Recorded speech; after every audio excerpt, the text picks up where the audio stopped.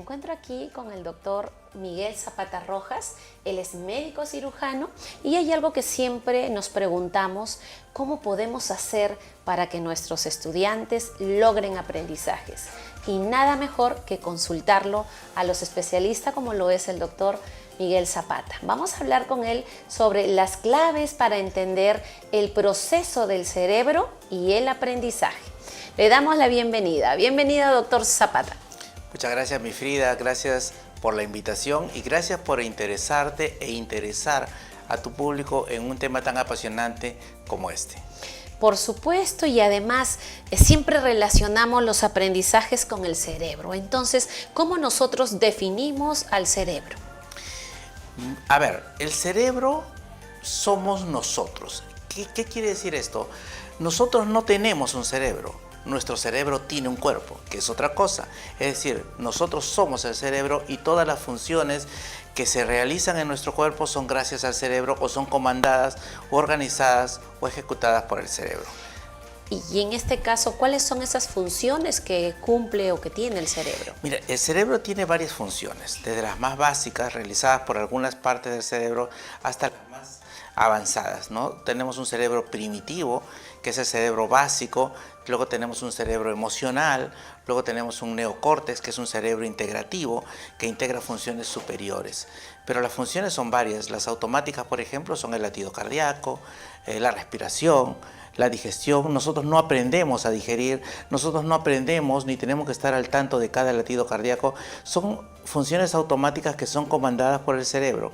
Mientras las funciones se vuelvan más automáticas, liberan más espacio para que el cerebro pueda ir avanzando y evolucionando. Eso es importante, por ejemplo, en un proceso de aprendizaje, donde lo que ya sabemos no tenemos que estarlo pensando a cada rato y liberamos espacio para poder aprender más. Un caso típico es, por ejemplo, aprender a manejar bicicleta, ¿no es cierto? Al principio, cuando uno va a manejar la bicicleta, pues no sabe equilibrar, no sabe tomar el timón, no sabe manejar, en fin, comienzas a aprender poco a poco.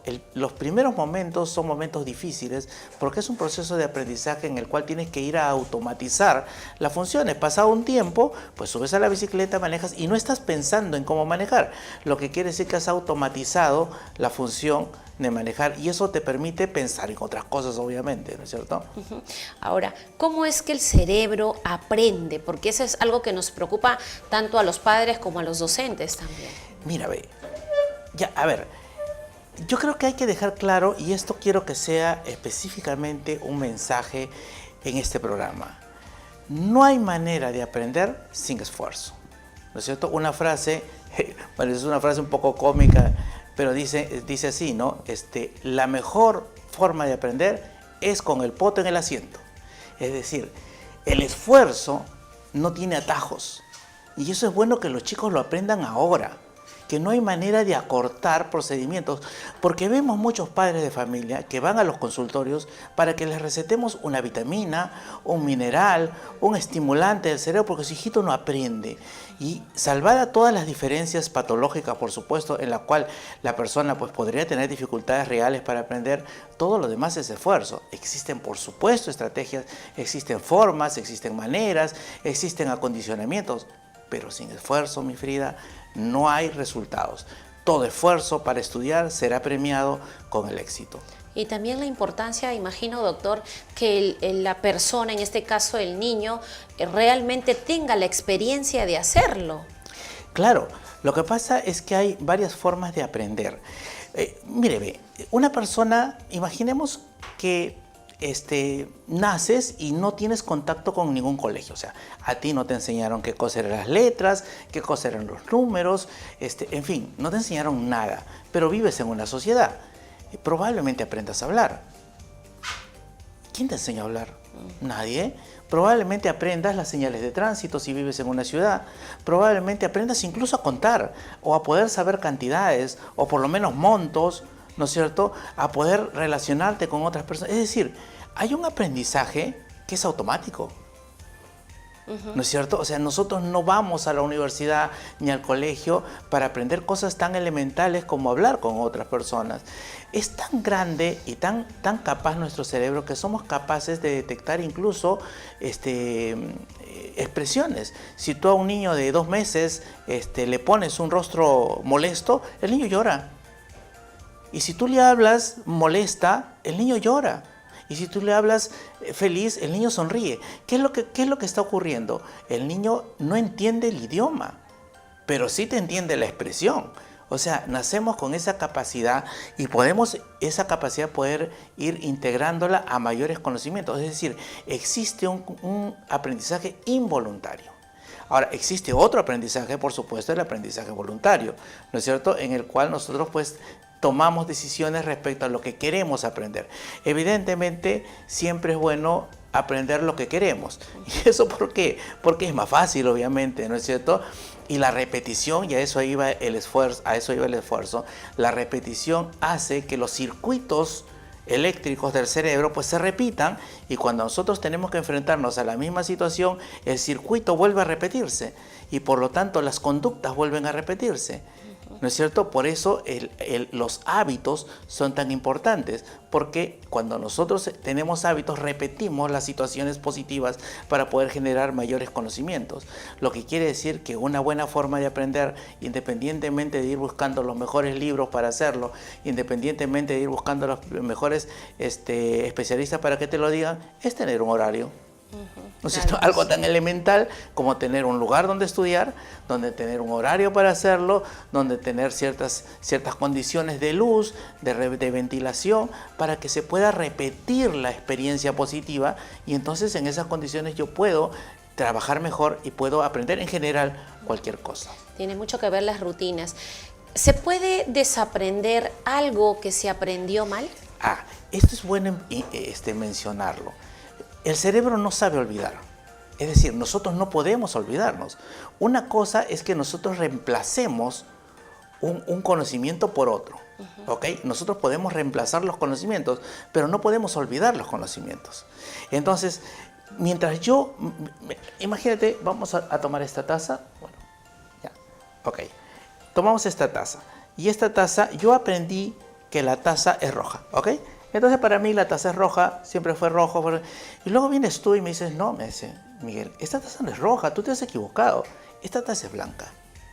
Entonces yo digo, bueno, es blanca, la siguiente vez que la vea pensaré que es roja, pero luego recordaré lo que me dijiste y diré, no, es blanca, es blanca, es blanca. Y llegará un momento en que tantas veces lo repita que cree un circuito mayor que el anterior, y entonces recordaré que es blanca y ya no recordaré que es roja. No la he olvidado, la he reemplazado. Eso se llama, en términos populares, un clavo saca otro clavo. ¿No es cierto? O sea, es verdad. O sea, es cierto, es verdad que un nuevo conocimiento, una nueva experiencia sobre el mismo tema puede reemplazar o puede superar el conocimiento anterior. Por eso se dice que la educación no cambia el mundo, sino cambia las personas que van a cambiar el mundo. Así es una frase muy bonita y es una frase muy cierta, ¿no? ¿Es igual a aprender que enseñar a aprender? Mira, hemos aprendido y enseñado a aprender desde que somos seres humanos. Es muy interesante el proceso de enseñar a aprender, pero hay estrategias para poder aprender, para poder enseñar a aprender tan buenas que incluso nosotros podemos fomentar el pensamiento, el aprendizaje involuntario. Te pongo un ejemplo, y este ejemplo tú lo conoces porque sabes a quién me voy a referir. Un alumno llega a un colegio nuevo en primaria y le habían mencionado que el profesor de matemáticas era un profesor muy serio, muy severo, no era muy empático, digamos, para decirlo de algún modo. El alumno escucha la clase del profesor, la primera clase que escucha el profesor. Luego, cuando el profesor sale de clase, sale y le dice, profesor, disculpe, yo vengo de otro colegio, primera vez que lo conozco y lo escucho, y la verdad lo que quería decirle era que me encuentro maravillado por la clase que usted ha dado, y la verdad que me felicito de haber venido a este colegio porque encuentro profesores de tan alta calidad como usted. El profesor se sorprende, ¿no? Lo queda mirando y le dice, disculpe, ¿cómo se llama usted? Juan Diego, le dice. Y entonces, qué es lo que hizo? O sea, a pesar de sus 11 años de edad, le fijó en la mente su nombre. O sea, este profesor no va a poder olvidarse porque nadie se puede resistir al halago. ¿Te das cuenta? Entonces, hay maneras de poder meter un conocimiento en una persona que no lo quiere aprender o que no era su voluntad de aprender. Digamos que este profesor no tenía la voluntad de aprender el nombre del niño porque bueno, tenía 30, 40 alumnos nuevos y no tenía por qué específicamente aprender uno de ellos. Pero lograron meterle el nombre en la cabeza. Eso hacen, por ejemplo, las estrategias de marketing político. ¿No es cierto? Hay mucha gente, y ahora que nos están escuchando o nos están viendo en la televisión, muchos recordarán campañas políticas antiguas, ¿no es cierto? No voy a mencionar políticos, pero por supuesto que hay campañas políticas, digamos, gloriosas en el sentido de que han podido sobrevivir 20, 30 años y hay gente que todavía se acuerda de los eslogan políticos o de las canciones políticas. O sea, lo que ellos han podido lograr es que nosotros aprendamos o asociemos ciertas músicas, ciertos sonidos, ciertas situaciones con el símbolo que ellos estaban buscando. O sea, hay maneras de enseñar a aprender sin que la persona ni siquiera tenga la voluntad de hacerlo. ¿No es cierto? En eso las estrategias de marketing son buenas. ¿Los profesores lo pueden hacer? Por supuesto. Hay que asociar algunas cosas, por ejemplo, el aprendizaje ordenado. Eso es parte de la tarea del profesor, el aprendizaje secuencial, es decir, tener un orden para aprender, comenzar de abajo y continuar, que el conocimiento nuevo se asocie al anterior para que no sea tan desconocido, otra estrategia para poder aprender. Es decir, el profesor puede manejar varias estrategias para poder fijar y sobre todo hablar en el contexto del alumno. Y esto es importante porque en el Perú se trabaja mucho esto en regiones, ¿no es cierto? Donde tú no puedes estar pues hablando en el campo los mismos temas o los mismos ejemplos que se dan en ciudad, ¿no es cierto? Porque lo descontextualizas, porque para el niño le estás hablando una cosa que no tiene ningún sentido, porque no lo puede asociar, pero cuando tú en Lima hablas de un tema, de ese tema, ese niño sí lo puede asociar. Entonces, si tú le hablas a un niño de Lima sobre temas de agricultura, probablemente lo sienta un poco raro, un poco extraño, le sea más difícil aprenderlo si esto es parte de un ejemplo. Pero ese mismo ejemplo producido en una zona agrícola, pues será algo que el niño diga, ah, claro, pues, ¿no? Y lo trae. Y lo trae, exactamente, ¿no? Y Bueno, lo fija. sí es importantísimo que tanto los padres como los maestros conozcamos este proceso del cerebro, porque si no, no podemos llegar a él, ¿no? Doctor, quiero agradecerle, de verdad, nos quedan preguntas todavía muchos y cuando se trata del aprendizaje, el cerebro, los niños, los estudios, siempre no está de más que lo tengamos aquí, así es que segundos ahí para que se pueda despedir. Muchas gracias, mi Frida, por la invitación. Nuevamente, muchas gracias por interesarte e interesarlos por este tema y esperamos una siguiente invitación para seguir. Por supuesto que sí, claro, claro, y nosotros aquí estamos muy contentos de estar con nuestros invitados y traerles a los padres y las madres la información. La doctora Esther Álvarez Bolaños desde México se hace presente y nos habla sobre el amor por la patria.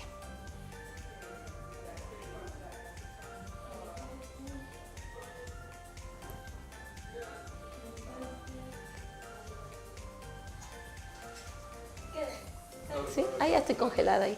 Tenías que decir que mires ahí. Ah, no te entendía. Yo creí que me decías corta. No, te decía, mira ahí a la cámara, a la cámara. Pero ya está bien. Ahorita acabamos. ¿Salió bien? Sí, salió bien. Quedaron... siéntate. Haciendo corazoncitos. Sí, oye, se fue rápido a los 12 minutos. Sí. El próximo domingo 28 de julio se celebra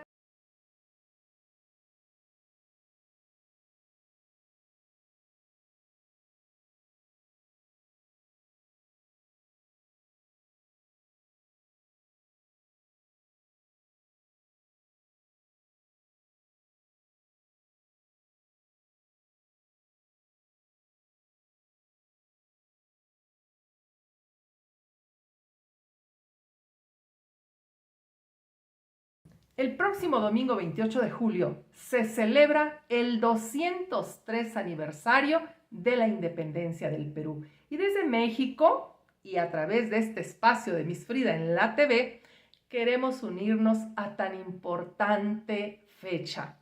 Esta celebración que además debe enorgullecer al pueblo peruano, es propicia para reflexionar sobre la importancia de formar, de educar en los valores cívicos, en el amor a la patria, en el conocimiento de su historia y de su riqueza cultural. Y es que el amor a la patria, así como el amor a la familia y el amor por nosotros mismos, sin duda contribuye al fortalecimiento de nuestra identidad. Así que, maestra, maestro, padres de familia, vamos a inculcar en nuestras niñas, niños y jóvenes el amor por la patria, el interés por conocer su historia, su cultura, su grandeza, porque todo ello contribuirá a formar mejores ciudadanos, más comprometidos con las causas del pueblo y con el desarrollo de nuestras sociedades. Creer que se puede es hacer que suceda. Hasta la próxima.